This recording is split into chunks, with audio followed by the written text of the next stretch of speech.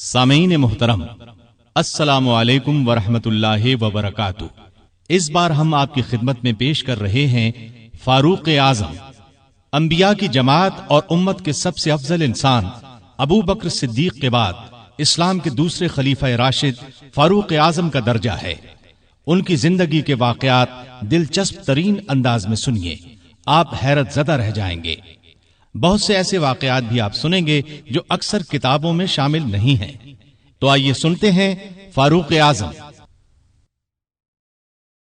اللہ تعالی کا ارشاد ہے، والذین آمنوا باللہ ورسلہ اولئک هم الصدیقون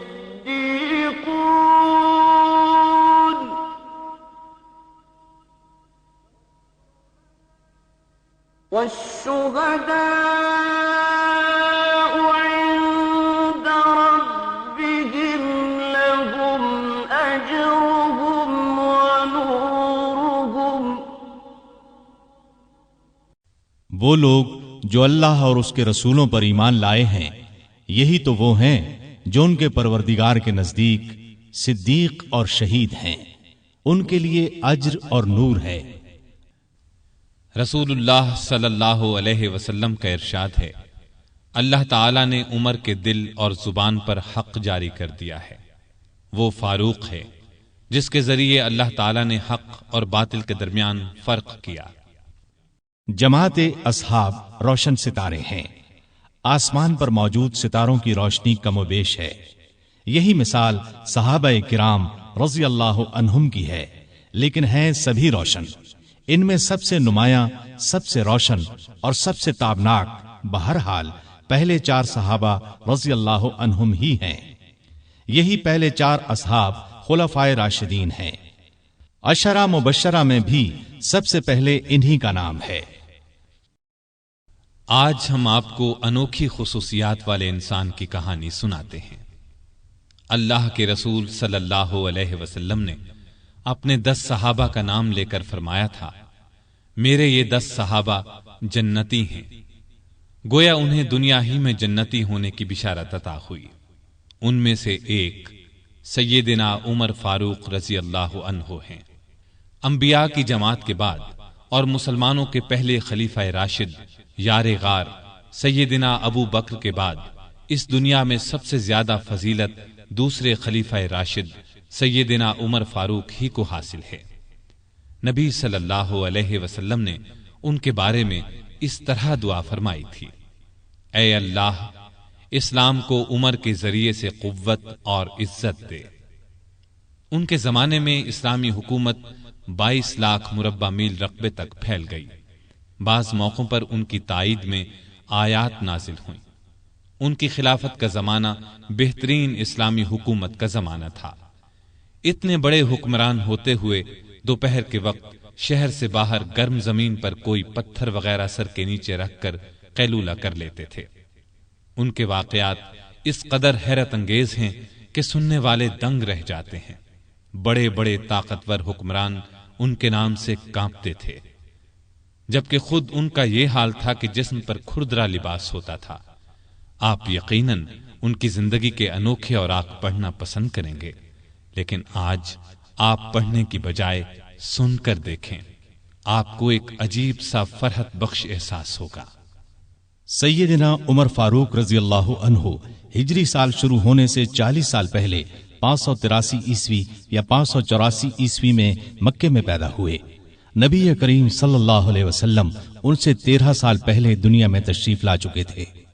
والدین نے نام عمر رکھا، کنیت ابو حفص تھی، لقب فاروق تھا، یعنی حق اور باطل میں فرق کرنے والا۔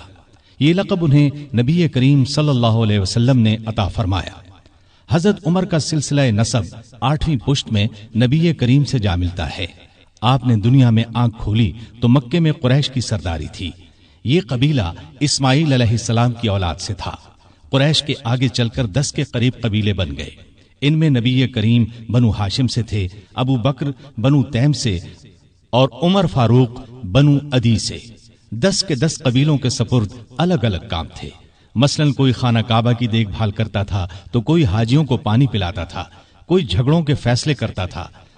بنو عدی کے ذمے دو کام تھے، قریش کو کوئی ایلچی بھیجنا ہوتا تو یہ بھیجتے تھے، دوسرا کام یہ تھا کہ دو گروہوں میں جھگڑا ہو جاتا تو بنو عدی کا سردار فیصلہ کرتا تھا۔ بنو عدی کے گھر صفا اور مروہ پہاڑیوں کے درمیان میں تھے۔ عمر یہیں پیدا ہوئے اور پرورش پائی۔ ان کے والد خطاب بنو عدی کے سردار تھے۔ جس زمانے میں نبی کریم صلی اللہ علیہ وسلم نے نبوت کا اعلان کیا، خطاب فوت ہو چکے تھے۔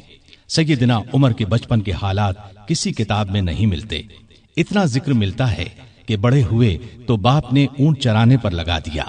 اونٹ چراتے ہوئے کبھی تھک کر بیٹھ جاتے تو باپ مارا کرتا تھا۔ جوانی کی عمر کو پہنچنے تک لکھنا پڑھنا سیکھ لیا تھا۔ نبی کریم صلی اللہ علیہ وسلم نے جب اعلان نبوت کیا تو قریش میں کل 17 آدمی لکھنا پڑھنا جانتے تھے، ان میں عمر فاروق بھی تھے۔ اس کے علاوہ انہوں نے سپاہگری، تیغ زنی اور گھڑ سواری میں کمال حاصل کیا۔ گھڑ سواری کا حال یہ تھا کہ اچھل کر گھوڑے پر بیٹھ جاتے۔ کشتی کا فن بھی سیکھا۔ اونچے قد کے طاقتور آدمی تھے، چوٹی کے کئی پہلوانوں سے مقابلے جیتے۔ شاعر نہیں تھے، اشعار پسند کرتے تھے۔ تقریر کرنے کا ڈھنگ بھی آتا تھا۔ مزاج میں غصہ اور سختی تھی۔ جوان ہونے پر تجارت کا پیشہ اختیار کیا۔ نبی کریم نے نبوت کا اعلان کیا تو ان کی عمر 27 سال تھی۔ اس وقت قریش میں بہت اونچی حیثیت کے مالک تھے، مکے کے معزز لوگوں میں شمار ہوتا تھا۔ ان کے بھائی زید بن خطاب، بہن فاطمہ بنت خطاب اور بہنوئی سعید بن زید نے جلد ہی اسلام قبول کر لیا، لیکن عمر اپنے باپ دادا کے مذہب پر سختی سے قائم رہے، ڈٹ کر اسلام کی مخالفت کی۔ مسلمان ہو جانے والوں کو مارتے پیٹتے تھے۔ مارتے پیٹتے 6 سال گزر گئے، لیکن عمر کسی ایک انسان کو بھی اسلام سے نہ پھیر سکے۔ اس دوران میں کچھ واقعات ایسے پیش آئے جن کی وجہ سے وہ سخت الجھن میں پڑ گئے۔ کبھی اسلام کی طرف مائل ہوتے، کبھی مسلمانوں کے خلاف نفرت محسوس کرتے۔ اس کی وجہ یہ تھی کہ رسول کریم صلی اللہ علیہ وسلم کے متعلق قریش کے کافروں نے مشہور کر رکھا تھا کہ وہ جادوگر ہیں۔ اس زمانے میں ایک روز انہوں نے رسول پاک صلی اللہ علیہ وسلم کو حرم شریف کے اندر نماز پڑھتے دیکھا تو وہ آپ کے پیچھے کھڑے ہو گئے۔ اس وقت آپ صلی اللہ علیہ وسلم قرآن پاک کی سورۃ الحاقہ کی بلند آواز میں تلاوت کر رہے تھے۔ اللہ کے کلام نے ان پر بہت اثر کیا۔ انہیں یقین ہو گیا کہ آپ نہ تو جادوگر ہیں اور نہ شاعر ہیں۔ دل میں اسلام کے لیے نرم گوشہ پیدا ہو گیا، لیکن باپ دادا کا مذہب چھوڑنے پر اب بھی تیار نہ ہوئے۔ قاسم بن عثمان کی روایت میں آیا ہے کہ ایک دن طبیعت نے جوش مارا، ارادہ کیا کہ جس ہستی کی وجہ سے وہ الجھن میں ہیں کیوں نہ انہیں ختم کر دیں۔ چنانچہ ننگی تلوار ہاتھ میں لے کر نکلے۔ راستے میں ایک مسلمان نعیم بن عبداللہ مل گئے۔ انہوں نے پوچھا، خیر تو ہے؟ ننگی تلوار لیے کہاں جا رہے ہیں؟ بولے، محمد کو قتل کرنے جا رہا ہوں۔ نعیم نے کہا کہ پہلے اپنے گھر کی خبر تو لیں، آپ کی بہن اور بہنوئی مسلمان ہو چکے ہیں۔ سیدنا عمر الٹے پاؤں بہنوئی کے گھر پہنچے۔ اس وقت ان کے بہنوئی سعید بن زید اور فاطمہ بنت خطاب کے گھر میں رسول اللہ صلی اللہ علیہ وسلم کے ایک صحابی خباب بن ارت بھی موجود تھے۔ خباب بن ارت انہیں قرآن سکھا رہے تھے۔ عمر نے دروازے پر دستک دی تو خباب گھر کے ایک حصے میں چھپ گئے۔ فاطمہ نے قرآن کے اوراق چھپا دیے، لیکن عمر تلاوت کی آواز سن چکے تھے۔ اندر پہنچ کر پوچھا، کیا پڑھ رہے تھے؟ مجھے معلوم ہوا ہے کہ تم مسلمان ہو چکے ہو، اپنے باپ دادا کے مذہب سے پھر گئے ہو۔ یہ کہہ کر انہوں نے دونوں کو مارنا پیٹنا شروع کر دیا۔ بہن کے سر پر ایک لکڑی ماری، ان کے سر سے خون بہ نکلا۔ اس وقت دونوں میاں بیوی کے منہ سے نکلا، ہاں اے عمر، ہم مسلمان ہو چکے ہیں، اللہ کے رسول پر ایمان لے آئے ہیں، تم سے جو ہو سکے کر لو، اسلام تو اب ہمارے دلوں سے نہیں نکل سکتا۔ عمر نے بہن کا خون دیکھا اور یہ الفاظ سنے تو غصہ ٹھنڈا ہو گیا۔ بولے، اچھا جو تم پڑھ رہے تھے مجھے دکھاؤ۔ بہن نے اوراق انہیں دے دیے، ان پر سورہ طٰہٰ لکھی تھی۔ انہوں نے اس کو پڑھا تو بے اختیار پکار اٹھے، واہ کتنا عمدہ اور اعلیٰ درجے کا کلام ہے۔ یہ سن کر خباب بن ارت بھی باہر نکل آئے اور بولے، اے عمر، مجھے امید ہے اللہ تعالیٰ نے اپنے نبی کی دعا کو پوری کرنے کے لیے آپ کو چن لیا ہے۔ میں نے کل ہی نبی صلی اللہ علیہ وسلم کو یہ دعا کرتے سنا ہے، الہی ابو جہل یا عمر بن خطاب کے ذریعے سے اسلام کو قوت عطا کر، پس اے عمر اللہ کی طرف آؤ، اللہ کی طرف آؤ۔ یہ سن کر سیدنا عمر فاروق نے کہا، مجھے محمد کے پاس لے چلو۔ نبی صلی اللہ علیہ وسلم اس وقت دار ارقم میں تھے۔ عمر رضی اللہ عنہ خباب بن ارت کے ساتھ کمر سے تلوار لٹکائے وہاں پہنچے۔ دروازے پر دستک دی۔ ایک صحابی نے اندر سے ایک جھری میں سے جھانک کر آپ صلی اللہ علیہ وسلم کو بتایا، باہر عمر تلوار کمر سے لٹکائے کھڑے ہیں، نہ جانے کس ارادے سے آئے ہیں۔ آپ کے چچا سیدنا حمزہ رضی اللہ عنہ بھی اس وقت وہاں موجود تھے۔ یہ بہت بہادر تھے، فوراً بولے، انہیں اندر آنے دو، نیک ارادے سے آئے تو ٹھیک، ورنہ انہی کی تلوار سے ان کا سر اڑا دوں گا۔ رسول اللہ صلی اللہ علیہ وسلم نے بھی فرمایا، انہیں آنے دو۔ چنانچہ دروازہ کھول دیا گیا۔ عمر اندر داخل ہوئے۔ آپ صلی اللہ علیہ وسلم اٹھ کر ان کی طرف بڑھے، ان کی چادر کو مٹھی میں دبا کر زور سے کھینچتے ہوئے فرمایا، خطاب کے بیٹے، تم کس ارادے سے آئے ہو؟ سیدنا عمر رضی اللہ عنہ نے عرض کیا، اے اللہ کے رسول، میں اللہ اور اس کے رسول پر ایمان لانے کے لیے حاضر ہوا ہوں۔ اس پر آپ صلی اللہ علیہ وسلم نے زور سے اللہ اکبر فرمایا۔ باقی مسلمانوں نے بھی اللہ اکبر کا نعرہ لگایا۔ اب عمر رضی اللہ عنہ نے کلمہ پڑھا، پھر بولے، اے اللہ کے رسول، کیا ہم حق پر نہیں ہیں؟ آپ نے فرمایا، اس ذات کی قسم جس کے قبضے میں میری جان ہے، تم لوگ حق پر ہو۔ یہ سن کر سیدنا عمر فاروق نے عرض کیا، جب ہم حق پر ہیں اور کافر غلط راستے پر، تو پھر اپنا دین کیوں چھپائیں؟ آپ نے فرمایا، اے عمر، ابھی ہماری تعداد تھوڑی ہے اور تم دیکھ رہے ہو کہ ہم کن حالات سے گزر رہے ہیں۔ سیدنا عمر نے یہ سن کر فرمایا، اس ذات کی قسم جس نے آپ کو نبی بنا کر بھیجا ہے، میں اسلام لانے سے پہلے جن لوگوں میں اٹھتا بیٹھتا تھا، اب مسلمان ہو کر ان کے سامنے جاؤں گا۔ اس پر تمام مسلمان دار ارقم سے 2 صفیں بنا کر نکلے اور کعبے کی طرف روانہ ہوئے۔ ایک صف میں عمر تھے، دوسری میں حمزہ۔ سب نے مسجد حرام میں نماز ادا کی۔ قریش نے یہ دیکھا تو طیش میں آ گئے۔ اس وقت تو کچھ نہ کہا، جب عمر تنہا نظر آئے تو ان پر حملہ کر دیا۔ انہوں نے بھی ڈٹ کر مقابلہ کیا۔ آخر کافر انہیں چھوڑ کر چلے گئے۔ یہ واقعہ نبوت کے 6 سال پیش آیا۔ ایمان لانے کے بعد 6 سال تک مکے میں رہے، پھر دوسرے مسلمانوں کے ساتھ مدینہ کی طرف ہجرت کی۔ ایسے میں کفار کو مخاطب ہو کر فرمایا، میں آج مکے سے جا رہا ہوں، کسی میں ہمت ہے تو مجھے روک کر دکھائے۔ کوئی آگے نہ آیا۔ اس طرح آپ قبا پہنچے۔ پھر نبی کریم صلی اللہ علیہ وسلم اور ابو بکر ہجرت کر کے وہاں تشریف لائے۔ مسجد قبا کی تعمیر کے بعد سب نے مدینے کا رخ کیا۔ ہجرت کے وقت سیدنا عمر فاروق کی عمر 40 سال کے قریب تھی۔ اس کے بعد وہ 23 برس اس دنیا میں رہے۔ یہ سارا زمانہ مدینے میں گزارا، مسجد نبوی کی تعمیر میں حصہ لیا۔ آپ صلی اللہ علیہ وسلم نے مہاجرین اور انصار میں بھائی چارہ کرایا تو اتبان بن مالک کو ان کا بھائی بنایا۔ انہوں نے اپنا نصف مکان انہیں دے دیا۔ عبداللہ بن زید نے خواب میں اذان کے الفاظ سنے۔ انہوں نے یہ الفاظ نبی کریم صلی اللہ علیہ وسلم کو سنائے تو آپ صلی اللہ علیہ وسلم نے سیدنا بلال کو حکم دیا، اذان کہیں۔ جو ہی انہوں نے اذان شروع کی، سیدنا عمر فاروق اپنی چادر گھسیٹتے ہوئے آئے اور بولے، اے اللہ کے رسول صلی اللہ علیہ وسلم، اس ذات کی قسم جس نے آپ کو نبی بنا کر بھیجا ہے، میں نے بھی بالکل یہی الفاظ خواب میں سنے ہیں۔ یہ سن کر آپ بہت خوش ہوئے۔ آج تک اذان انہی الفاظ میں دی جا رہی ہے اور قیامت تک دی جاتی رہے گی۔ ہجرت کے دوسرے سال بدر کی لڑائی پیش آئی۔ سیدنا عمر فاروق بھی اس غزوے میں شریک ہوئے۔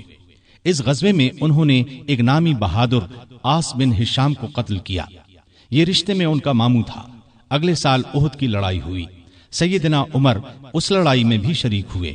بدر کی لڑائی میں عمر فاروق کی بیٹی سیدہ حفصہ بیوہ ہو گئی تھی۔ نبی کریم صلی اللہ علیہ وسلم کی خواہش پر سیدنا عمر نے ان کا نکاح آپ سے کر دیا۔ اس طرح وہ رسول کریم صلی اللہ علیہ وسلم کے سسر بنے۔ ان کی بیٹی کو مومنوں کی ماں کا درجہ حاصل ہوا۔ ہجرت کے 5ویں سال شوال میں خندق کی لڑائی پیش آئی۔ سیدنا عمر نے بھی خندق کھو دی۔ خندق کے ایک حصے کی حفاظت سیدنا عمر کے سپرد کی گئی۔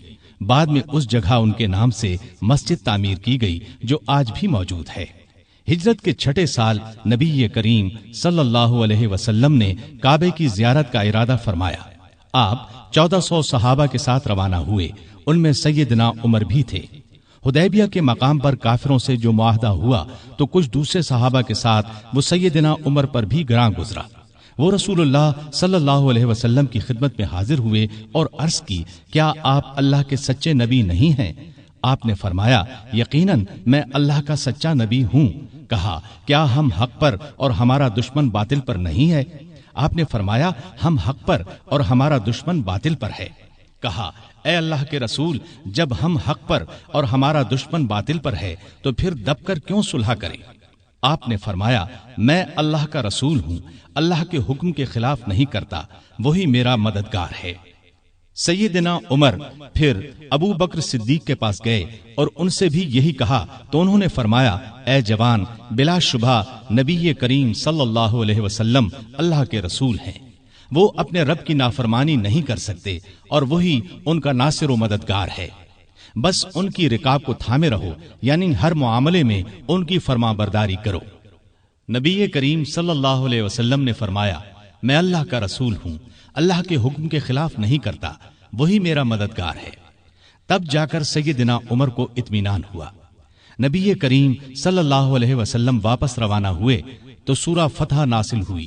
آپ نے سیدنا عمر کو بلا کر اللہ تعالیٰ کا یہ ارشاد سنایا کہ ہم نے آپ کو کھلی فتح عطا کی۔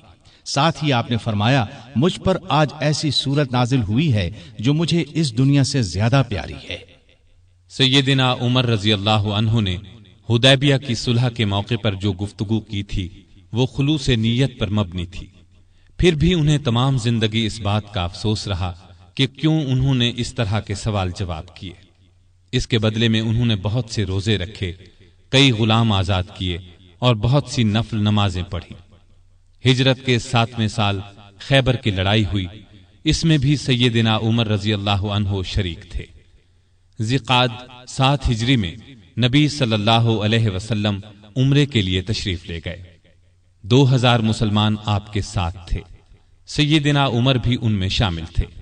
ذات سلاسل کی جنگ میں بھی شریک ہوئے۔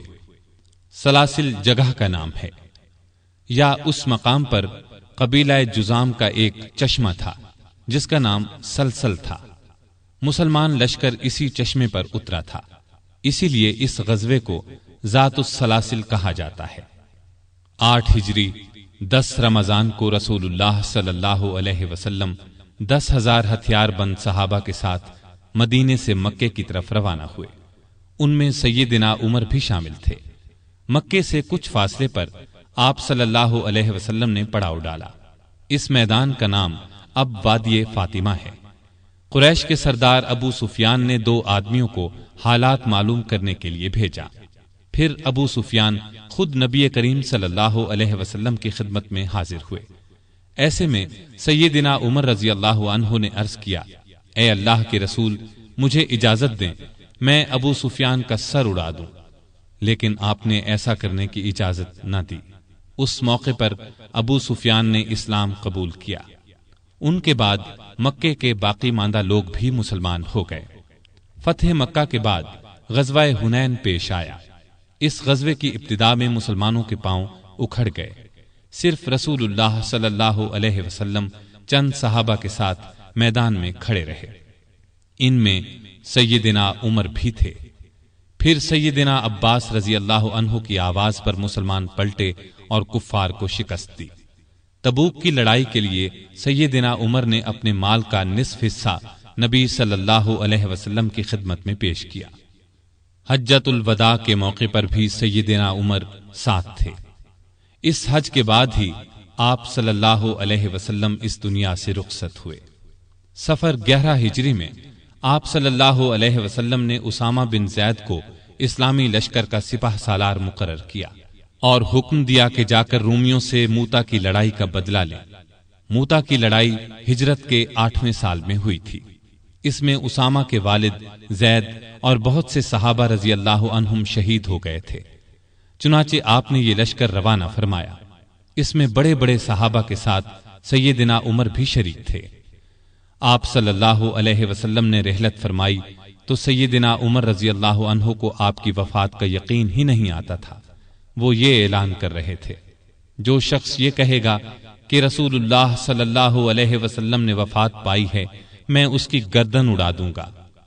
پھر ابو بکر رضی اللہ عنہ کے سمجھانے پر یقین آیا کہ نبی صلی اللہ علیہ وسلم رحلت فرما چکے ہیں۔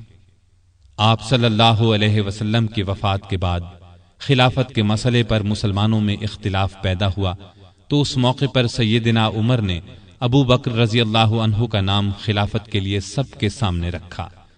سبھی نے اس سے اتفاق کیا۔ ابو بکر کے بارے میں سیدنا عمر کے یہ الفاظ ہیں: ابو بکر رسول اللہ صلی اللہ علیہ وسلم کے صحابی ہیں، غار کے ساتھی ہیں، یہ تمام مسلمانوں سے زیادہ تمہارے معاملات کے والی ہونے کے حقدار ہیں۔ خلیفہ بننے کے بعد سیدنا ابو بکر نے سب سے پہلے اسامہ بن زید کا لشکر روانہ فرمایا۔ یہ لشکر نبی کریم صلی اللہ علیہ وسلم کی شدید علالت کی وجہ سے مدینہ سے باہر مقام جرح پر ٹھہر گیا تھا اور پھر وفات کی وجہ سے روانہ نہ ہو سکا تھا۔ اس موقع پر سیدنا ابو بکر نے اسامہ بن زید سے کہا کہ سیدنا عمر فاروق رضی اللہ عنہ کو ان کے پاس چھوڑ جائیں، کیونکہ ان کے مشوروں کی ضرورت پڑے گی۔ اسامہ بن زید نے خوشی سے یہ بات منظور کی۔ ابو بکر کی خلافت 2.25 برس رہی۔ تمام عرصے میں سیدنا عمر ان کے خاص مشیر رہے۔ اس دوران میں سیدنا عمر نے سیدنا ابو بکر کو مشورہ دیا کہ قرآن کو ایک جگہ جمع کر دیا جائے۔ انہوں نے یہ مشورہ اس لیے دیا کہ یمامہ کی لڑائی میں قرآن مجید کے حافظ بہت سے صحابہ شہید ہو گئے تھے۔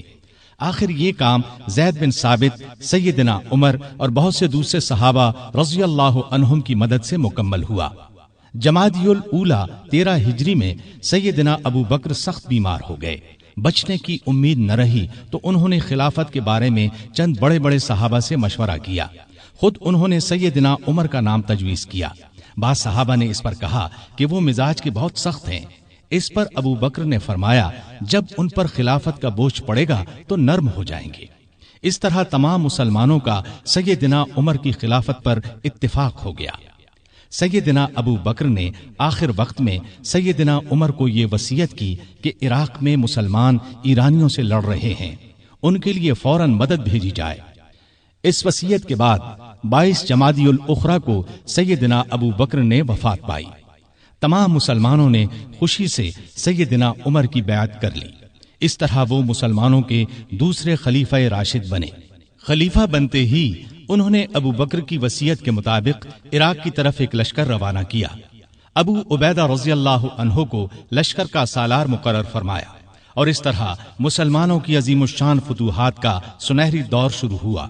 Iraq, Madain, Hulwan, Jazira, Khuzestan, Nahavand, Isfahan, Hamadan, Azerbaijan, Tabaristan, Armenia, Fars, Kerman, خراسان، سیستان، مکران، دمشق، حمص، لاذقیہ، یرموک، قنسرین، حلب، انطاکیہ اور بیت المقدس فتح ہوئے۔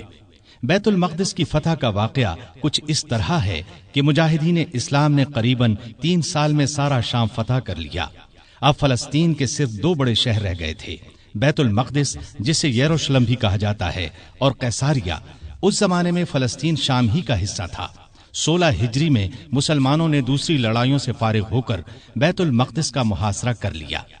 اس شہر میں ابراہیم علیہ السلام، اسحاق علیہ السلام، سلیمان علیہ السلام، عیسیٰ علیہ السلام اور دوسرے نبیوں کی بہت سی یادگاریں ہیں۔ رسول اللہ صلی اللہ علیہ وسلم کی بھی معراج کے سفر میں پہلی منزل یہی تھی۔ مسلمانوں کا پہلا قبلہ بھی یہی تھا۔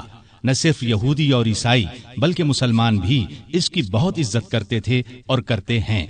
مسلمانوں نے جب بیت المقدس کا محاصرہ کیا تو شہر کے باشندوں نے شہر کے دروازے بند کر لیے۔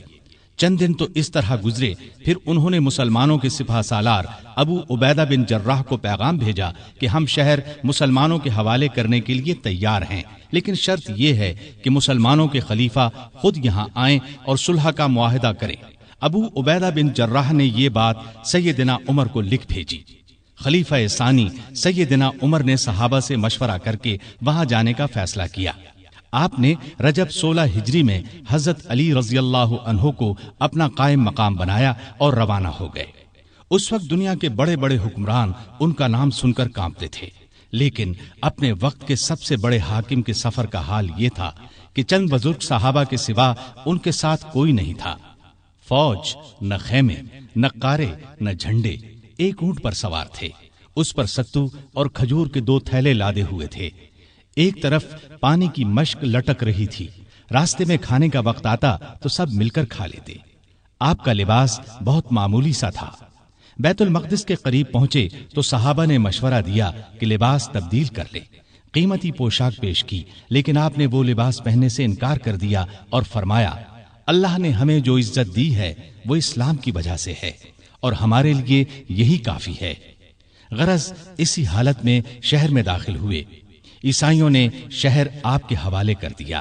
مسلمانوں نے وہاں ایک مسجد بنائی، اس کا نام مسجد عمر رکھا۔ یہ آج بھی موجود ہے اور اب تک مسجد عمر کہلاتی ہے۔ 14 ہجری میں مسلمانوں نے ہمس کو فتح کر لیا تھا۔ 17 ہجری کو روم کے بادشاہ ہرقل نے ہمس مسلمانوں سے چھیننے کے لیے سمندر کے راستے فوج بھیجی۔ اس فوج نے ہمس کا محاصرہ کر لیا۔ جزیرے کے لوگوں نے بھی ہرقل کو ایسا کرنے پر اکسایا تھا، چنانچہ جزیرے سے بھی 30,000 فوج آ کر ہرقل کی فوج سے مل گئی۔ سیدنا ابو عبیدہ بن جراح رضی اللہ عنہ نے ان حالات کی اطلاع سیدنا عمر فاروق کو بھیجی تو انہوں نے ان کی مدد کے لیے مزید فوج روانہ کی۔ دوسری طرف سہیل بن عدی کی سرکردگی میں ایک فوج جزیرے کی طرف روانہ کر دی۔ خود بھی مدینے سے چل کر دمشق آ گئے تاکہ نزدیک سے تمام حالات پر نظر رکھ سکیں۔ سہیل بن عدی جزیرے کی طرف بڑھے تو جزیرے سے ہمس کی طرف روانہ ہونے والی فوج کو اپنے گھر کی فکر پڑ گئی۔ وہ ہرقل کی فوج کا ساتھ چھوڑ کر واپس جزیرے چلے گئے۔ ادھر ابو عبیدہ بن جراح نے خالد بن ولید کے مشورے سے شہر سے نکل کر ہرقل کی فوج پر حملہ کر دیا۔ گھمسان کی لڑائی کے بعد رومیوں نے بدترین شکست کھائی۔ 4,000 رومیوں نے اسلام قبول کر لیا، 4,000 مارے گئے اور باقی بھاگ نکلے۔ اس لڑائی کے بعد پھر کبھی ہرقل کو شام پر چڑھائی کی جرت نہ ہوئی۔ 18 ہجری میں عراق میں طاعون کی وبا پھیلی، اس میں بڑے بڑے صحابہ فوت ہو گئے۔ چند ایک کے نام یہ ہیں: ابو عبیدہ بن جراح جو مسلمانوں کی فوج کے سپہ سالار بھی تھے، معاذ بن جبل رضی اللہ عنہ، یزید بن ابی سفیان رضی اللہ عنہ، شرحبیل بن حسنہ رضی اللہ عنہ اور کئی بڑے بڑے صحابہ اس وبا میں فوت ہوئے۔ دور فاروقی میں عرب میں قحط پڑا، ایسے میں سیدنا عمر نے رعایا کی خبر گیری میں دن رات ایک کر دیا۔ انسانوں کے لیے خوراک تھی نہ جانوروں کے لیے۔ سیدنا عمر کو انسانوں اور جانوروں کی یہ بدحالی دیکھ کر بہت صدمہ ہوا۔ انہوں نے بیت المال میں جتنا غلہ تھا سب مسلمانوں میں تقسیم کر دیا، جو نقدی تھی وہ بھی مسلمانوں میں تقسیم کر دی۔ تمام صوبوں کے حاکموں کو خط لکھے کہ فوراً زیادہ سے زیادہ غلہ روانہ کرو۔ چنانچہ ابو عبیدہ بن جراح نے شام کے علاقے سے 4,000 اونٹ غلے سے لدے ہوئے بھیجے۔ عمرو بن عاص نے مصر سے سمندر کے راستے بحری جہاز روانہ کیے۔ ان میں ہر جہاز پر 6,000 من غلہ لدا ہوا تھا۔ جب یہ جہاز مدینے کی قریبی بندرگاہ پر پہنچے تو سیدنا عمر خود انہیں دیکھنے کے لیے بندرگاہ پہنچے۔ غلے کو حفاظت سے رکھنے کے لیے بندرگاہ میں 2 بڑے بڑے مکان بنوائے۔ دوسرے صوبوں سے بھی بہت سا غلہ پہنچ گیا۔ غلے کی تقسیم کا یہ انتظام کیا کہ بہت سے رجسٹر بنوائے، ان میں قحط کا شکار ہونے والوں کے نام درج کیے گئے۔ ہر ایک نام کے ساتھ ان کی ضرورت کے مطابق غلے کی مقدار لکھی گئی۔ پھر ہر شخص کو پرچی دی گئی، اس پر سیدنا عمر کی مہر ہوتی تھی۔ اس پرچی کے مطابق انہیں روزانہ غلہ دیا جاتا۔ اس کے علاوہ سیدنا عمر ہر روز 20 اونٹ اپنے سامنے ذبح کرواتے اور ان کا گوشت پکوا کر لوگوں کو کھانا کھلاتے۔ اس طرح ہزاروں آدمی روزانہ سیدنا عمر رضی اللہ عنہ کے دسترخوان پر کھانا کھاتے۔ غلے کے علاوہ لوگوں میں کپڑے اور کھجوریں بھی تقسیم کی جاتی، اور خود اپنا یہ حال تھا کہ اس زمانے میں گوشت، دودھ اور گھی کھانا بالکل چھوڑ دیا تھا، اکثر بھوکے رہتے یا عام لوگوں کے ساتھ خود بھی کھاتے۔ اس طرح اس کا اثر آپ کے جسم پر پڑا۔ لوگ انہیں دیکھتے اور کہتے، اگر قحط دور نہ ہوا تو رعایا کا غم انہیں مار ڈالے گا۔ ایک دن ایک شخص سے پانی مانگا، اس کے پاس شہد تھا، اس نے وہی پیش کر دیا۔ آپ نے شہد پینے سے انکار کر دیا اور فرمایا، قیامت کے دن اگر مجھ سے پوچھا گیا کہ لوگ روٹی کو ترس رہے تھے اور تو شہد کھاتا تھا تو میں کیا جواب دوں گا؟ ایسا بھی ہوا کہ گھی کا برتن اور آٹے کی بوری اٹھواتے اور جہاں کہیں بھوکوں کا مجمع نظر آتا اپنے خادم کی مدد سے کھانا تیار کرواتے اور انہیں کھلاتے۔ دیہاتوں میں جاتے، وہاں اونٹ ذبح کرتے، گوشت، آٹا اور کپڑے لوگوں میں تقسیم کرتے۔ قحط کے دنوں میں سخت بے چین رہتے اور دعا کرتے تھے، اے اللہ، میرے عملوں کی وجہ سے محمد صلی اللہ علیہ وسلم کی امت کو تباہ نہ کر۔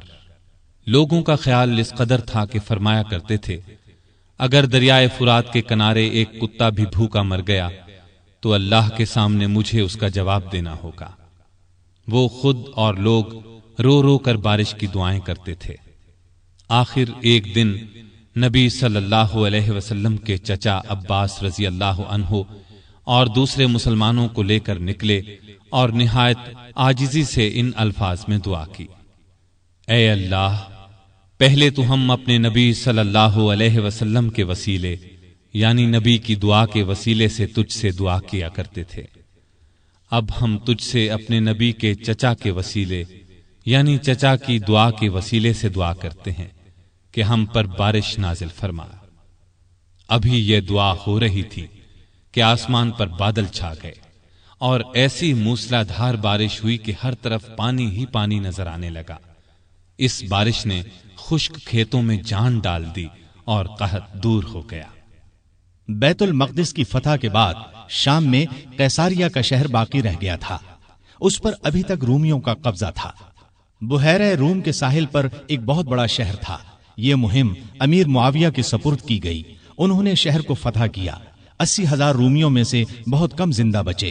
اب پورے شام پر اسلام کا جھنڈا لہرانے لگا۔ اس زمانے میں مصر کا ملک بھی رومی حکومت کے ماتحت تھا۔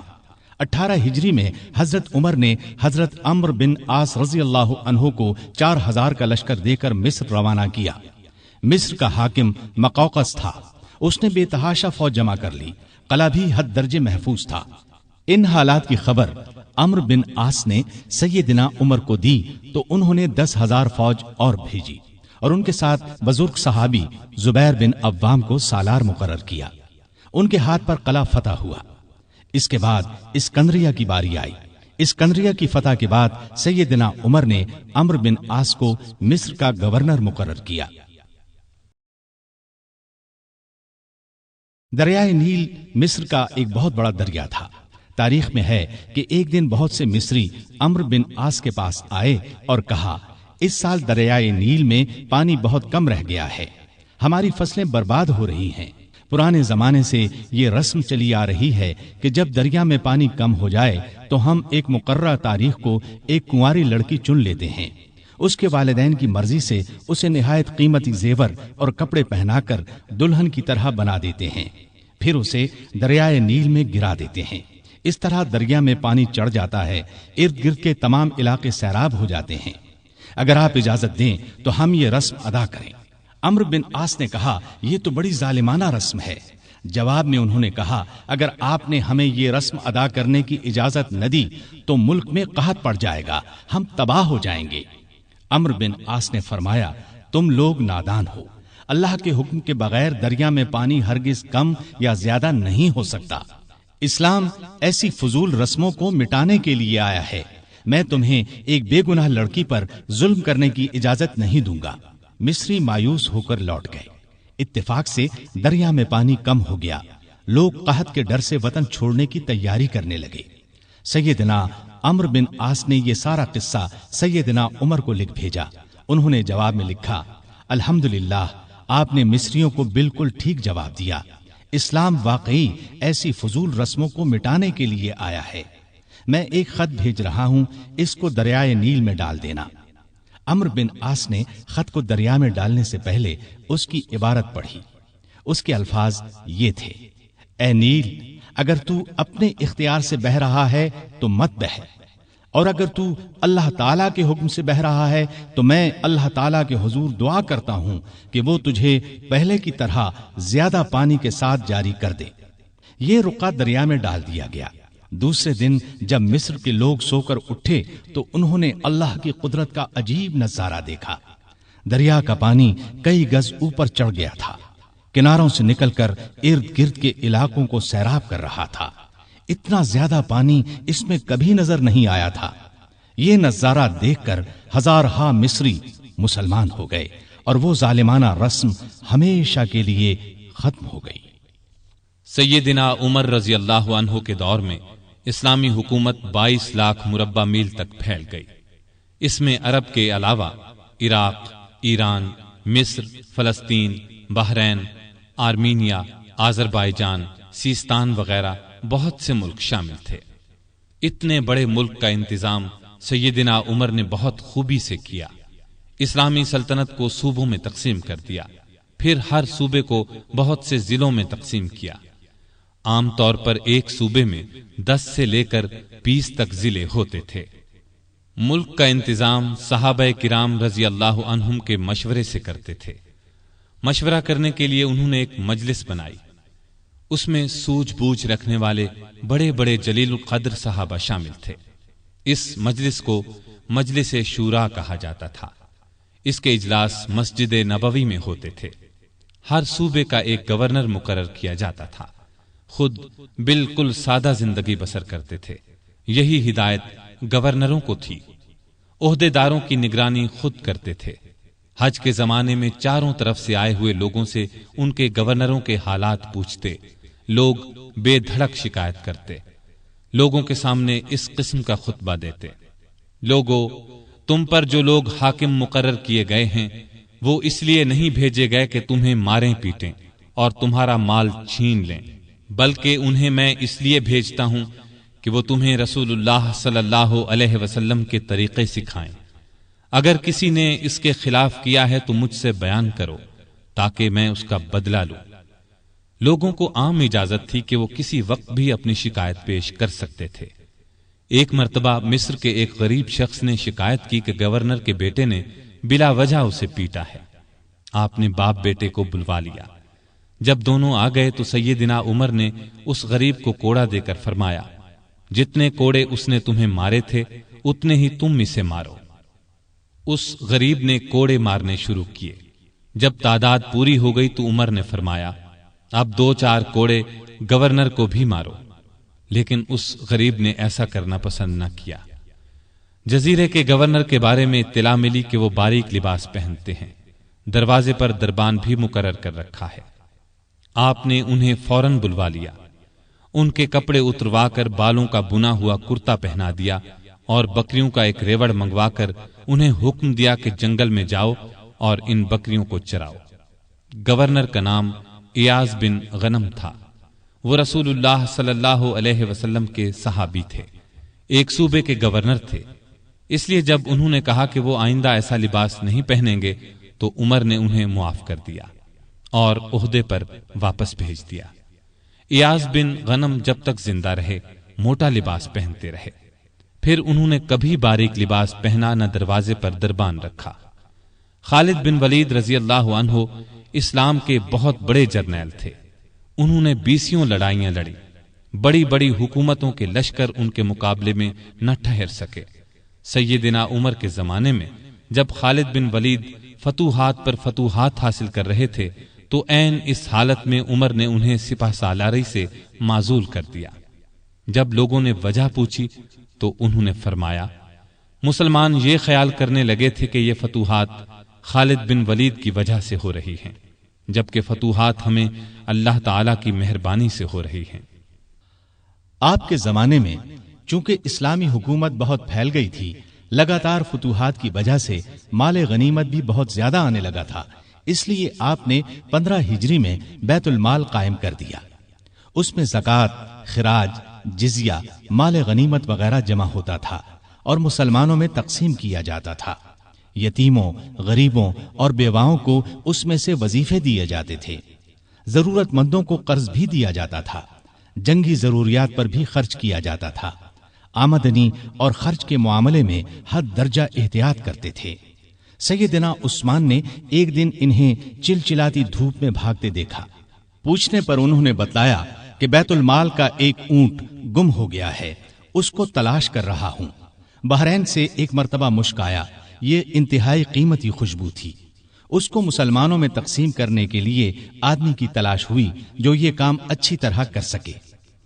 سیدنا عمر کی زوجہ محترمہ عاتقہ نے کہا کہ یہ کام میں کر سکتی ہوں۔ سیدنا عمر نے فرمایا، نہیں، میں تمہیں اس کی اجازت نہیں دے سکتا، اس لیے کہ تمہاری انگلیوں پر جو مشک لگ جائے گا وہ تم اپنے کپڑوں پر لگا لو گی، اس طرح عام مسلمانوں سے زیادہ تمہارے حصے میں آئے گا۔ ایک مرتبہ بیمار ہو گئے، لوگوں نے علاج کے طور پر شہد تجویز کیا۔ بیت المال میں شہد موجود تھا، لیکن آپ نے لینا گوارا نہ کیا۔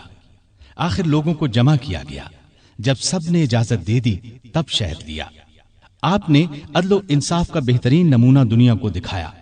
اللہ سے ڈرنے والے قاضی مقرر کیے، ان کی تنخواہیں مقرر کی، انہیں حکم دیا کہ تمام فیصلے قرآن اور حدیث کے مطابق کیے جائیں۔ قرآن اور حدیث میں حکم نہ ملے تو جس رائے پر عالموں کا اتفاق ہو اس کے مطابق فیصلہ دیا جائے۔ انہوں نے کوفہ میں شریح کو قاضی مقرر کیا، ان کے فیصلے بہت مشہور ہوئے۔ امیر المومنین کے خلاف بھی فیصلے دے دیتے تھے۔ سیدنا علی نے بھی انہیں اپنے دور میں قاضی کے عہدے پر قائم رکھا۔ قبیلہ غسان کے بادشاہ جبلہ نے اسلام قبول کر لیا۔ وہ حج کرنے کے لیے آیا، اس کی چادر پر ایک غریب بدو کا پاؤں آ گیا۔ اس نے بدو کو زور سے تھپڑ دے مارا، بدو کی ناک کی ہڈی ٹوٹ گئی۔ وہ سیدنا عمر کی خدمت میں حاضر ہو گیا، انصاف کا طلبگار ہوا۔ سیدنا عمر نے جبلہ کو بلا بھیجا، وہ حاضر ہوا تو آپ نے اسے کہا، تم نے اس غریب مسلمان سے زیادتی کی ہے، لہذا بدلہ دو۔ یہ غریب تمہیں اس جگہ تھپڑ مارے گا جس جگہ اس کے منہ پر تھپڑ لگا ہے۔ ہاں، اگر تم اس سے معافی مانگ لو اور یہ معاف کر دے تو اور بات ہے۔ جبلہ نے کہا، مجھے ایک دن کی مہلت دی جائے تاکہ میں غور کر سکوں۔ جبلہ کو ایک دن کی مہلت مل گئی۔ وہ وہاں سے فرار ہو کر شام چلا گیا اور دوبارہ عیسائی مذہب اختیار کر لیا۔ ایک مرتبہ حج کے موقع پر ایک شخص نے گورنر کی شکایت کی کہ اس نے مجھے بے قصور 100 کوڑے مارے ہیں۔ سیدنا عمر رضی اللہ عنہ نے شکایت درست پائی تو حکم دیا، تم بھی اسے 100 کوڑے مارو۔ ایک عیسائی کسان نے شکایت کی کہ اس کے کھیتوں سے مسلمان فوج گزری ہے جس سے اس کا نقصان ہوا ہے۔ آپ نے بیت المال سے اسے 10,000 درہم دینے کا حکم دیا۔ سیدنا عمر فاروق نے عام لوگوں کو منع کر دیا کہ وہ شریعت کے کسی مسئلے پر اپنا فیصلہ دیں۔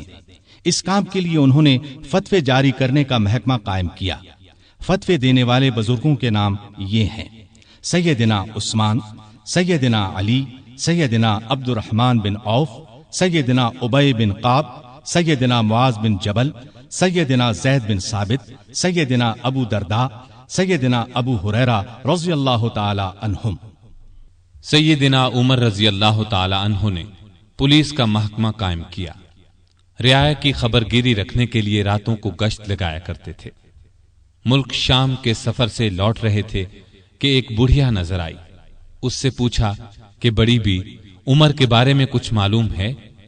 وہ بولی، ہاں، سنا ہے شام گیا ہوا ہے، اللہ اس سے سمجھے، آج تک اس نے مجھے پھوٹی کوڑی تک نہیں دی۔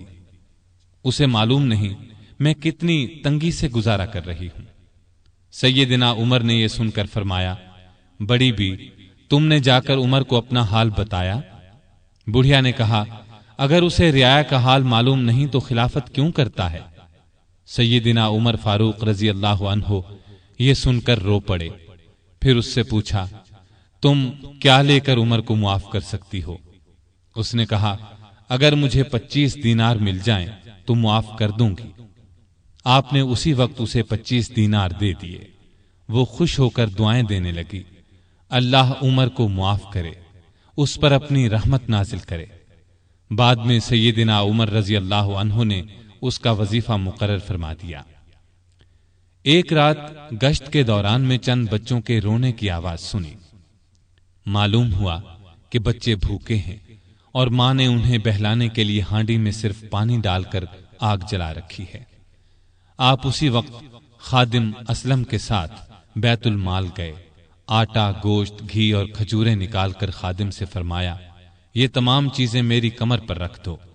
اسلم نے عرض کیا، آپ کیوں تکلیف کرتے ہیں، میں اٹھا لیتا ہوں۔ آپ نے فرمایا، نہیں، قیامت کے دن میرا بوجھ تم نہیں اٹھاؤ گے۔ پھر سب چیزیں اپنی کمر پر لاد کر لائے، خود کھانا تیار کیا، خود چولہا پھونکا، کھانا تیار ہونے پر اپنے سامنے بچوں کو کھلایا۔ انہوں نے پیٹ بھر کر کھایا، پھر اچھلنے کودنے لگے۔ سیدنا عمر انہیں اچھلتے کودتے دیکھتے اور خوش ہوتے رہے۔ عورت نے ان سے کہا، اللہ تمہیں نیک بدلہ دے، امیر المؤمنین بننے کے لائق تو تم ہو، نہ کہ سیدنا عمر۔ سیدنا عمر فاروق رضی اللہ عنہ یہ سن کر مسکرائے، پھر واپس مدینہ آئے اور اس عورت کا وظیفہ مقرر کر دیا۔ ایک روز شام کے وقت مدینے کے باہر ایک قافلہ اترا۔ سیدنا عمر نے عبد الرحمن بن عوف رضی اللہ عنہ کو ساتھ لیا اور رات بھر قافلے کا پہرا دیتے رہے۔ ایک قافلے میں ایک ننھے بچے کو روتے دیکھا تو اس کی ماں پر ناراض ہوئے کہ بچے کو دودھ کیوں نہیں پلاتی۔ وہ آپ کو پہچانتی نہیں تھی، کہنے لگی، امیر المؤمنین نے حکم دیا ہے کہ جب تک بچے ماں کا دودھ پیتے رہیں بیت المال سے ان کا وظیفہ مقرر نہ کیا جائے۔ میں اس کا دودھ چھڑا رہی ہوں تاکہ وظیفہ لگ جائے۔ یہ ہے اس کے رونے کی وجہ۔ سیدنا عمر یہ سن کر روئے، پھر اعلان کر دیا کہ جس دن کوئی بچہ پیدا ہوگا اس کا وظیفہ اسی دن سے مقرر ہو جائے گا۔ ایک مرتبہ لوگوں کو کھانا کھلا رہے تھے، ایک شخص کو بائیں ہاتھ سے کھانا کھاتے دیکھا۔ نزدیک جا کر اس سے کہا، دائیں ہاتھ سے کیوں نہیں کھاتے؟ اس نے کہا، میرا دایاں ہاتھ موتا کی لڑائی میں کٹ گیا تھا۔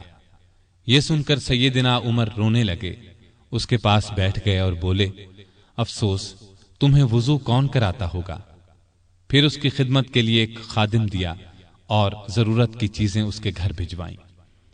ایک رات گشت کے دوران میں ایک عورت کی آواز سنی۔ وہ اپنی بچی سے کہہ رہی تھی، دودھ میں پانی ملا دے۔ بیٹی نے یہ سن کر کہا، ماں، امیر المؤمنین کا حکم ہے کوئی دودھ میں پانی نہ ملائے۔ ماں نے یہ سن کر کہا، باتیں نہ بنا، پانی ملا، امیر المؤمنین کون سا دیکھ رہے ہیں؟ لڑکی نے کہا، امیر المؤمنین تو نہیں دیکھ رہے، مگر اللہ تو دیکھ رہا ہے۔ سیدنا عمر نے ماں بیٹی کی یہ گفتگو سنی تو اپنے خادم سے کہا، اس گھر کو اچھی طرح پہچان لو۔ دوسرے دن ان کے بارے میں پتہ کروایا۔ انہیں لڑکی کی ایمانداری اس قدر پسند آئی کہ اپنے بیٹے عاصم کے لیے رشتہ مانگ لیا۔ اس طرح یہ شادی ہوئی۔ بنو امیہ کے عمر بن عبدالعزیز رحمت اللہ علیہ اسی خاتون کے نواسے تھے۔ انہیں عدل و انصاف، سادگی، پرہیزگاری کی وجہ سے دوسرا عمر کہا جاتا ہے۔ ان کا دور بہترین دور ہوا۔ مدینے کی ایک بے سہارا اندھی عورت کے گھر کی صفائی امیر المومنین خود کیا کرتے تھے۔ رسول اللہ صلی اللہ علیہ وسلم کے ایک صحابی سعید بن یربوک کی آخری عمر میں بینائی جاتی رہی۔ ان کے لیے ایک خادم مقرر کیا جو انہیں مسجد تک لاتا تھا۔ راستہ چلتے ایک عورت نے سیدنا عمر فاروق کو روک لیا اور کہا، میں رسول اللہ صلی اللہ علیہ وسلم کے صحابی خفاف بن ایما کی بیٹی ہوں۔ شوہر فوت ہو گیا ہے، چھوٹے چھوٹے بچے ہیں، کوئی زمین بھی نہیں ہے، بچوں کو گھر میں چھوڑ کر محنت مزدوری بھی نہیں کر سکتی کہ بچوں کو کوئی نقصان نہ پہنچ جائے۔ حضرت عمر نے اس کی پوری بات توجہ سے سنی اور فرمایا، تم تھوڑی دیر یہیں ٹھہرو۔ یہ کہہ کر گھر گئے۔ واپس لوٹے، ایک موٹے تازے اونٹ پر بہت سا سامان لدا ہوا ساتھ لائے۔ اس پر کپڑے اور نقد رقم بھی تھی۔ اس عورت سے فرمایا، یہ اونٹ لے جاؤ، جب ختم ہو جائے تو بتا دینا۔ جہاد پر جانے والے مسلمانوں کے گھر والوں کا بہت خیال رکھتے تھے۔ ان کے گھروں میں جا کر ان کی عورتوں سے کہتے تمہیں بازار سے کچھ منگوانا ہو تو میں لا دیتا ہوں۔ بیوہ عورتوں کا پانی بھر دیتے۔ مجاہدین کے خط آتے تو یہ خط خود ان کے گھروں میں پہنچاتے، ان سے جواب لے کر مجاہدین کو بھجواتے۔ بیت المال سے حاجت مندوں کو دیتے۔ راستوں میں چوکیاں بنوائیں تاکہ رستے محفوظ ہو جائیں۔ شہروں میں مہمان خانے بنوائے۔ ملک میں جگہ جگہ نہریں کھدوائیں جن سے آپاشی آسان ہو گئی۔ سڑکیں اور پل بنوائے۔ نئے شہر بسائے۔ قریباً 4000 مسجدیں تعمیر کروائیں۔ حرم کعبہ کو وسیع کروایا۔ مسجد نبوی کو وسیع کروایا۔ مردم شماری کا نظام رائج کیا۔ سکہ جاری کیا۔ سن ہجری قائم کیا۔ جنگوں کا سلسلہ بڑھا تو فوجی نظام قائم کیا۔ فوجیوں کی تنخواہیں مقرر کی۔ مجاہدین کے بیوی بچوں اور غلاموں کے لیے وظیفے مقرر کیے۔ فوج کو 2 حصوں میں تقسیم کیا۔ ایک باقاعدہ فوج جو ہمیشہ محاذوں پر رہتی تھی، دوسری رضاکار فوج۔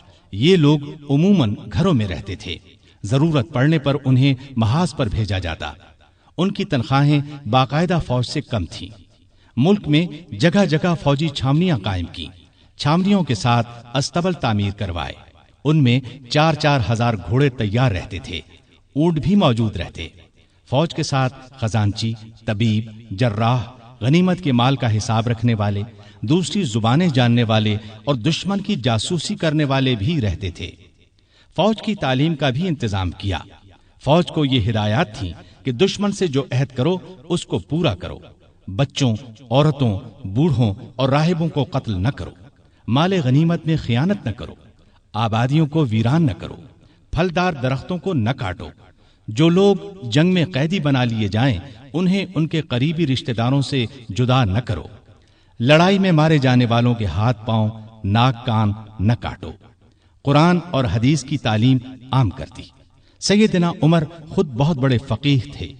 انہوں نے تمام علاقوں میں فقیہ مقرر کیے۔ لوگ ان سے دینی مسائل پوچھتے تھے۔ ان کے زمانے میں اسلام کی بہت اشاعت ہوئی۔ غیر مسلموں سے اچھے سلوک کی وجہ سے بھی اسلام بہت تیزی سے پھیلا۔ انصاف کا دامن کسی قیمت پر نہیں چھوڑتے تھے۔ شام میں مسلمانوں کو مسجد بنانے کے لیے ایک زمین کی ضرورت پیش آئی۔ زمین ایک یہودی کی تھی۔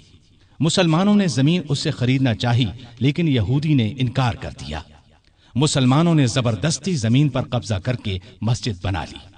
یہودی نے سیدنا عمر سے شکایت کی۔ سیدنا عمر فاروق نے حکم دیا کہ مسجد ناجائز طریقے سے بنائی گئی ہے، اسلام اس کی اجازت نہیں دیتا، مسجد کو گرا کر زمین یہودی کو دے دی جائے۔ چنانچہ زمین یہودی کو واپس دے دی گئی۔ اس نے اس جگہ اپنا مکان بنا لیا۔ سیدنا عمر فاروق رضی اللہ عنہ دعا کیا کرتے تھے کہ اے اللہ مجھے اپنی راہ میں شہادت نصیب فرما، مجھے اپنے رسول کے شہر میں موت دے۔ خلافت کے 11ویں سال اللہ تعالیٰ نے ان کی یہ دونوں دعائیں پوری کر دیں۔ ذی الحج 23 ہجری میں حج کے لیے مکہ گئے۔ آپ جب حجر اسود کو بوسہ دیتے تو کہتے تھے اے حجر اسود، میں جانتا ہوں کہ تو ایک پتھر ہے، تو نہ نفع دے سکتا ہے اور نہ نقصان۔ اگر میں نے رسول اللہ صلی اللہ علیہ وسلم کو تیرا بوسہ لیتے ہوئے نہ دیکھا ہوتا تو میں تیرا بوسہ نہ لیتا۔ یہ سیدنا عمر کی توحید کا کمال نمونہ ہے۔ حج سے فارغ ہو کر اس مہینے کی آخری تاریخوں میں واپس لوٹے۔ جمعے کے دن مسجد میں خطبہ دیا جو بہت طویل تھا۔ اس میں لوگوں کو بہت نصیحتیں کی۔ اس خطبے میں اپنے ایک خواب کا ذکر کیا اور فرمایا میں سمجھتا ہوں میری موت کا وقت آ پہنچا ہے۔ اس کے ساتھ ہی خلافت کے بارے میں کچھ ایسی باتیں بیان کی جن سے معلوم ہوتا تھا کہ آئندہ ہونے والے خلیفہ کے بارے میں پریشان ہیں۔ مدینے میں مغیرہ بن شعبہ کا ایک غلام تھا۔ یہ ایرانی تھا، اچھا کاریگر تھا۔ اس کا نام ابو لؤلؤ فیروز تھا۔ ایک دن سیدنا عمر سے شکایت کی کہ میں دن بھر کام کر کے جو کچھ کماتا ہوں میرا آقا اس میں سے بہت زیادہ رقم لے لیتا ہے، اس میں کمی کرا دیں۔ سیدنا عمر نے پوچھا تم کون سا کام جانتے ہو؟ اس نے کہا میں لوہار بھی ہوں، بڑھئی بھی ہوں اور بیل بوٹے بھی بنانا جانتا ہوں۔ سیدنا عمر نے دریافت کیا تمہارا آقا تم سے روزانہ کتنی رقم لیتا ہے؟ اس نے کہا 2 درہم روزانہ۔ اس پر سیدنا عمر نے فرمایا تم جو کام جانتے ہو اس کے مقابلے میں تو یہ رقم زیادہ معلوم نہیں ہوتی۔ اس پر ابو لؤلؤ ناراض ہو کر چلا گیا۔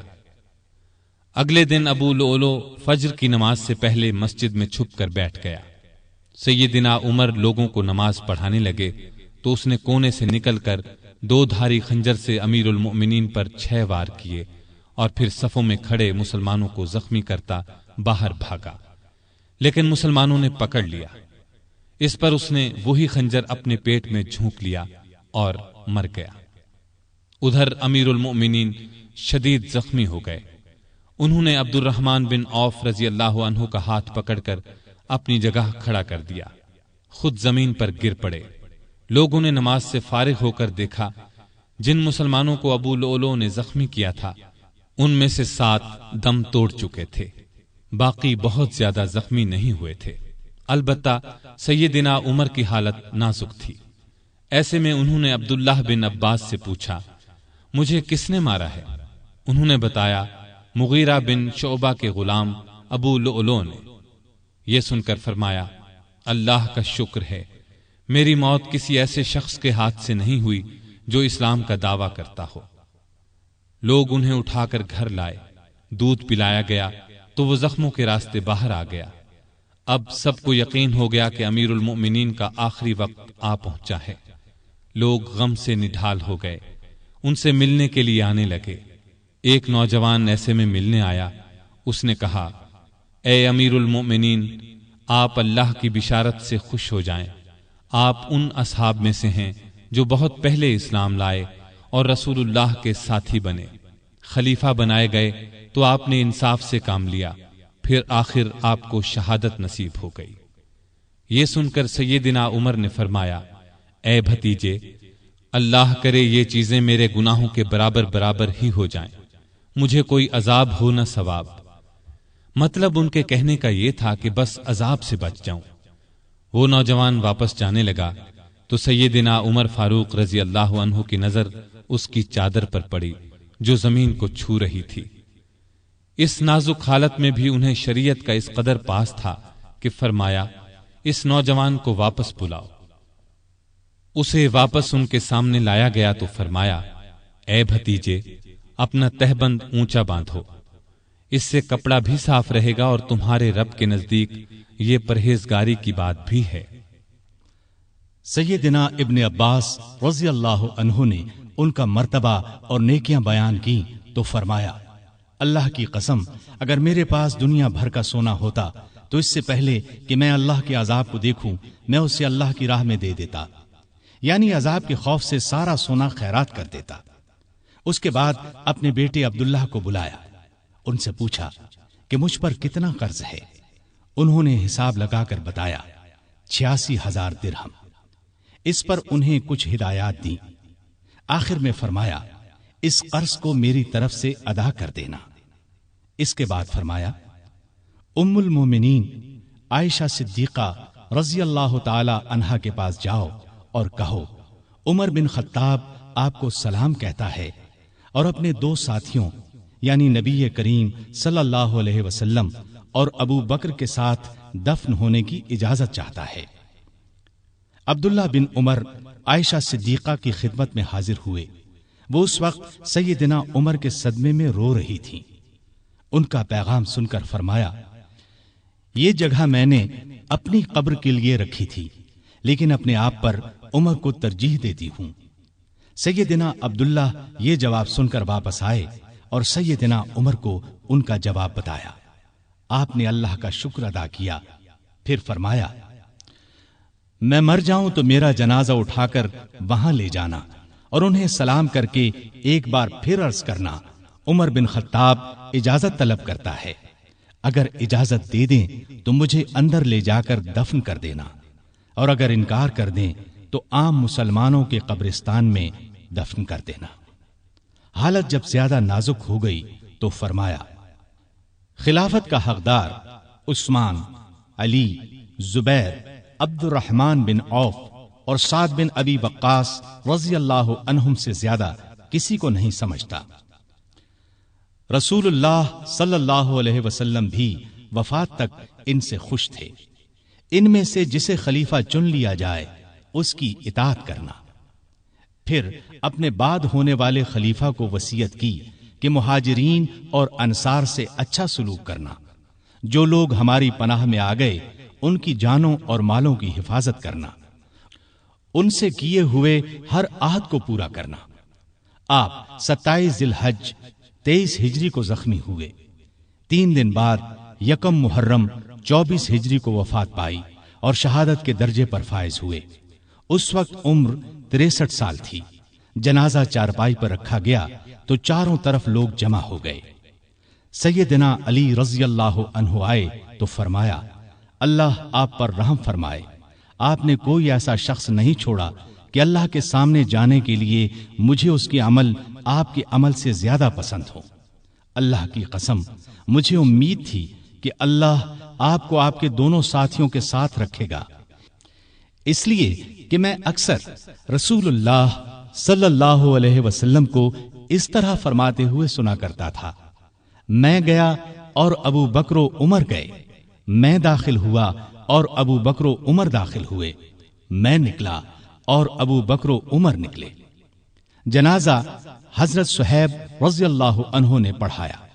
حضرت علی، عثمان، سعد بن ابی وقاص اور عبد الرحمن بن عوف رضی اللہ عنہم نے قبر میں میت کو اتارا اور اسلام کے اس بہت بڑے فرزند کو ہمیشہ کے لیے رسول اللہ صلی اللہ علیہ وسلم اور سیدنا ابو بکر رضی اللہ عنہ کا ساتھ نصیب ہو گیا ہے۔ سیدنا عمر رضی اللہ عنہ نے کئی شادیاں کی، ان سے 8 یا 9 لڑکے، 4 یا 5 لڑکیاں ہوئیں۔ مشہور بیویوں کے نام یہ ہیں: زینب بنت مزعون رضی اللہ عنہا، عاتقہ بنت زید رضی اللہ عنہا، ام حکیم بنت حارث رضی اللہ عنہا، ام کلثوم بنت علی رضی اللہ عنہا۔ اولاد میں سے حفصہ، عبداللہ، عبید اللہ اور عاصم رضی اللہ عنہم بہت مشہور ہیں۔ حفصہ رضی اللہ عنہا کو رسول اللہ صلی اللہ علیہ وسلم کی پاک بیویوں میں شامل ہونے کا شرف حاصل ہے، وہ ام المومنین کہلائیں۔ آپ میں اللہ کا خوف انتہا کو پہنچا ہوا تھا، عبادت کا شوق بھی بے حد تھا، راتوں کو جاگ کر نفل پڑھا کرتے تھے۔ قرآن کریم کی جن آیات میں قیامت کا ذکر ہے ان کو پڑھتے وقت بہت روتے۔ تراویح کی نماز کو انہوں نے باجماعت کرایا، ان کے دور سے آج تک تراویح باجماعت ادا کی جاتی ہے۔ آپ میں بردباری حد درجے کی تھی، دوسروں کی نکتہ چینی کو صبر اور حوصلے سے برداشت کرتے تھے۔ آپ نے ایک وقت میں کبھی دسترخوان پر 2 سالن جمع نہ کیے۔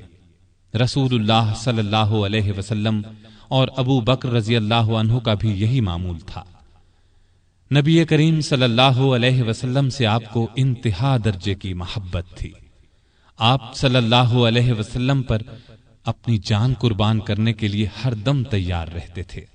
کوئی رسول اللہ صلی اللہ علیہ وسلم کی شان میں ذرا سی گستاخی کرتا تو اس کی گردن اڑانے پر تیار ہو جاتے۔ ایک بار سیدنا عمر فاروق رضی اللہ عنہ نے فرمایا، اے اللہ کے رسول، مجھے آپ سے اپنی جان سے بھی زیادہ محبت ہے۔ نبی کریم صلی اللہ علیہ وسلم نے سیدنا عمر فاروق رضی اللہ عنہ کو دنیا ہی میں جنتی ہونے کی بشارت دی۔ سیدنا عمر فاروق رضی اللہ عنہ کے چند اقوال یہ ہیں: بزرگ بننے کے لیے علم حاصل کرو۔ جو آدمی خود کو عالم کہے وہ جاہل ہے، جو خود کو جنتی کہے وہ جہنمی ہے۔ جس سے تمہیں نفرت ہے اس سے ڈرتے رہو۔ بڑھاپے سے پہلے جوانی اور موت سے پہلے بڑھاپے کو غنیمت جانو۔ سب سے بری آوازیں 2 ہیں، نوحہ اور راگ یعنی گانا۔ کم بولنا دانائی، کم کھانا صحت، کم سونا عبادت اور عام لوگوں سے کم ملنا عافیت ہے۔ توبہ کی تکلیف سے گناہ کا چھوڑنا آسان ہے۔ برا چاہنے والوں کی دوستی سے پرہیز کرنا ضروری ہے۔ جو عیب سے واقف کرے وہ دوست ہے، اور جو اس پر تعریف کرے وہ ایسا ہے جیسے دوسرے کو ذبح کر دیا جائے۔ سلامتی گمنامی میں ہے۔ اللہ تعالی سیدنا عمر فاروق رضی اللہ عنہ پر رحمت فرمائے، آمین۔